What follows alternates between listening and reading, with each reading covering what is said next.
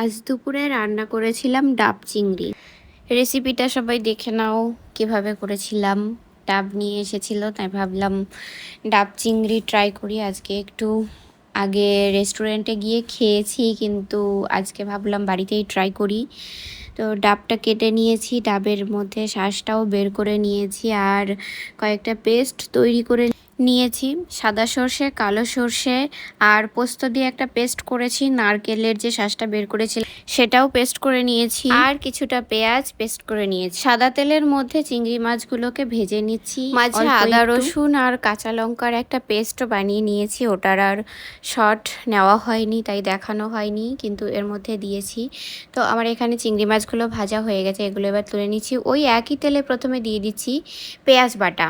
পেঁয়াজ বাটাটা কিছুক্ষণ নেড়ে চেড়ে তার মধ্যে দিয়ে দেব সেই রসুন, আদা আর কাঁচা লঙ্কার পেস্ট যেটা তৈরি করেছি সেটা। তারপর দিয়ে দিচ্ছি সর্ষে পোস্তর যে পেস্ট সেটা।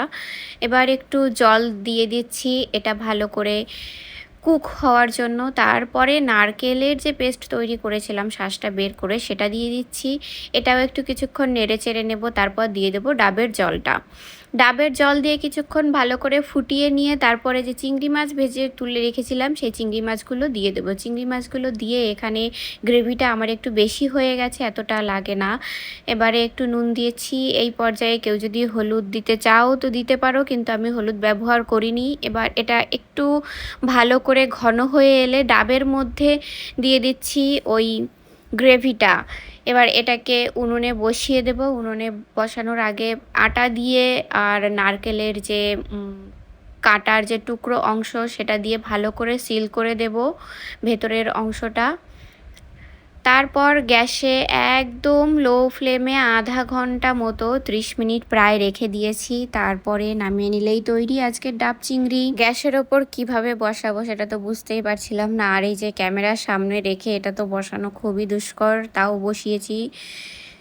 এই যে হয়ে গেছে, এবার এটাকে খুলে দেখি কেমন হয়েছে। প্রথমবার ট্রাই করেছি, একটু নুনটা কম হয়েছে, কিন্তু ভালো হয়েছে।